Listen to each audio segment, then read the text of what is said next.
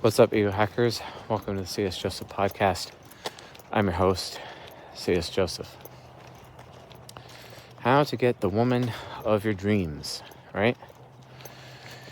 Does anyone know what the number one thing that attracts a woman to a man?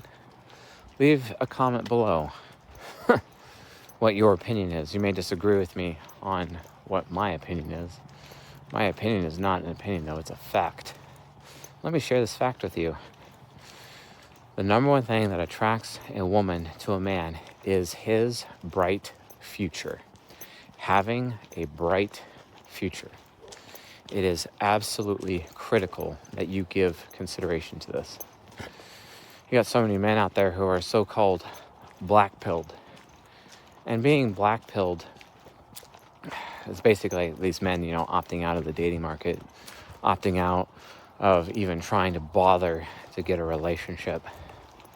And it's like, okay, guys, that's just some excuse because you'd rather just remain in your safe, secure job and fall into the safe, secure trap instead of actually going out there and producing value. You went to school, you went to college, you got a job. Congratulations, you just did the default. And that's literally all you are able to accomplish, the default. And women can know that. Women smell that. This is why, in general, women don't really notice men.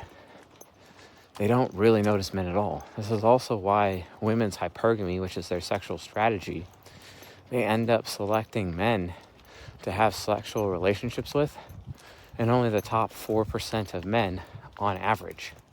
Because those top 4% of men are not doing what the rest of you are doing. Go to school, go to college, get a job, get a safe, secure job. And let me tell you, folks, there's no such thing as a safe, secure job. There is no such thing. So, because of that, you gotta be aware. You gotta be aware of this dynamic, okay? Never underestimate the power of a woman's hypergamy. Never underestimate the power of her sexual selection, ever. Because, for example, you look at China. China had their one-child policy. Boys were preferred over girls. And so nowadays, there are a lot of boys and very few women. Families are coming together and amassing funds, buying houses for their sons, hoping that it will score them a daughter-in-law, basically. And this obviously leads to very bad feminist environment. Women end up becoming overvalued in that environment. Their solipsism ends up out of control. They get very entitled, and it creates a very toxic environment to even have families, which leads to more fatherlessness. That law that the Chinese had, quite frankly, was absolutely stupid. Very stupid of them to try to use government to get in the way of natural sexual selection. And now they have this big problem. But here's the thing. Hypergamy always adapts. And when the Chinese women realize that this is kind of the norm, they'll end up having the expectation in general of a man having a house. And once again, even from a Chinese perspective, all of the women will want to be with the top 4% of men anyway. This is a big problem. So you as a man need to set yourself apart. How do you do that? Well, you have 8 hours a day for sleep, right? You have another 8 hours a day for your job that you got at go to school, go to college, get a job. But use the rest of your time, the rest of your waking hours, not to play video games, not to watch the game, not to come home and kick back and have your comfies. Stop trying to self-soothe and realize that you're in a bad situation, and realize that you have to act like the rest of us, which is you use every waking hour to build your business, to build your bright future, to build your kingdom.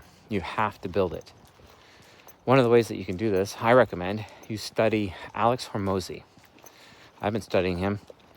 I read all of his books, $100 Million Offers, $100 Million Leads, $100 million money models. Buy all his books, read them. Also consume his podcast and learn entrepreneurship. Learn the most valuable skill in the world, which is marketing. If you end up doing a school membership as part of your entrepreneurship, as a content creator, get into growth with Evelyn, her school community, and learn how to optimize it even further. Her marketing strategy is second to none when it comes to school, SKOOL.com.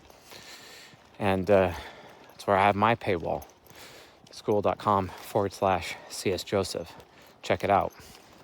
Learn what your octagram is so you can actually take the advice of this video properly as a man. And so you can learn how to type yourself accurately with my Season 40 course, which is the first course that you take when you get a school membership. It's in the classroom area. It's on the very top right or top left.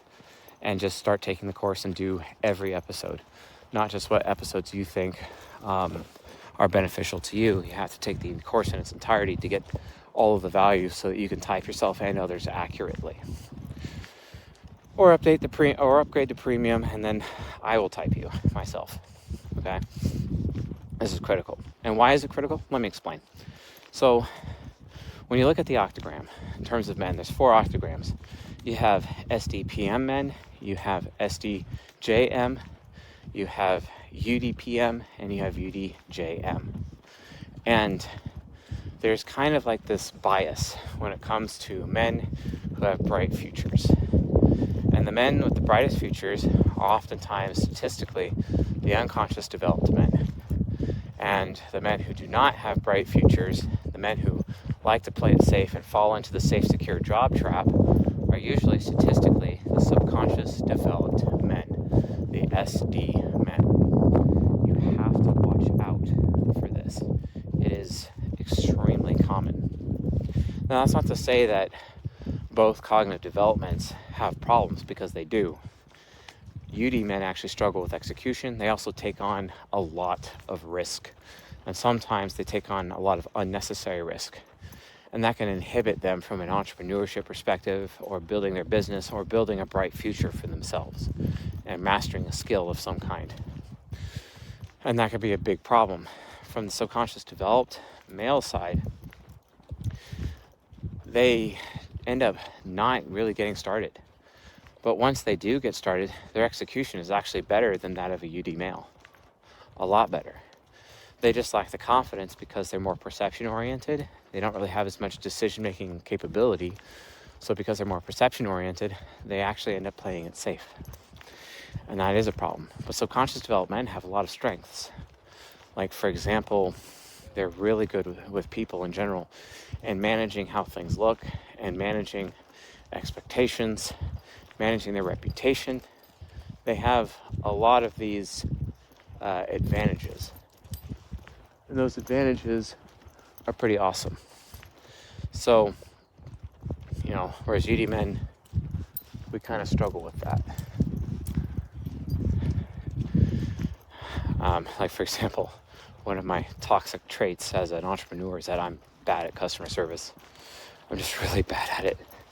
And oftentimes I can't keep a schedule to save my life, because I end up getting distracted and pulled in every direction, or I end up burning myself out all the time because I'm constantly thinking about things in terms of decisions and not really giving much consideration to the perception side of things.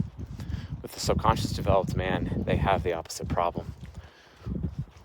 So, but the key is to learn both. To be the most successful at building your business and your bright future, you have to use both. You have to learn both sides. I need to do a better job personally. I mean, I'm just a talking head on YouTube, or I'm just an audio recording on Spotify, right? This is like some of the things that I have to deal with, to that end. And that too ends up becoming a big problem. But I've just given you the tools, study Hormozi. You'll get there, okay? Seriously, study Hormozi, and you can be successful. It's very important. You got to lock in and you got to grind it out. What ends up happening, women will start to notice you as you build your bright future. Women should not be the focus. Women are just a byproduct of you ensuring that you are going to have a bright future. Because a woman can smell a bright future on a man very, very easily. And they're very attracted and open to those men with bright futures. In as much as a man is very open and attracted to a woman who has no or very little sexual history. And that is a woman that he's willing to invest in, right? So it's very simple. It's very, very simple. You just have to do a bright future. Entrepreneurship is an option. Even intrapreneurship is an option, especially for SD men, not so much UD men, because UD men are a bit more freedom oriented, a bit more decision making oriented, and their decision making often clashes with bosses. And so they're not really a good fit. They usually have to be in the captain's chair. Subconscious developed men have an entrepreneurship mindset typically. They want to get involved with a risky startup and see where it goes. And then they might be able to be on the executive team and take a company to the next level using their innate skills. And that is an option as well. But oftentimes, subconscious developed men do not have the opportunity to even, have those relationships with UD men to be able to be an entrepreneur. And that can be a problem as well. So, as a result, and the reason why for that is because SD men and UD men typically don't like each other. There actually is like this huge divide. If you get a group of men together who are going to do this thing, do anything basically together, what ends up happening is that the UD men and the SD men eventually will have a schism and they'll split, especially if they're like a bunch of them in a friend group. And that can be a problem.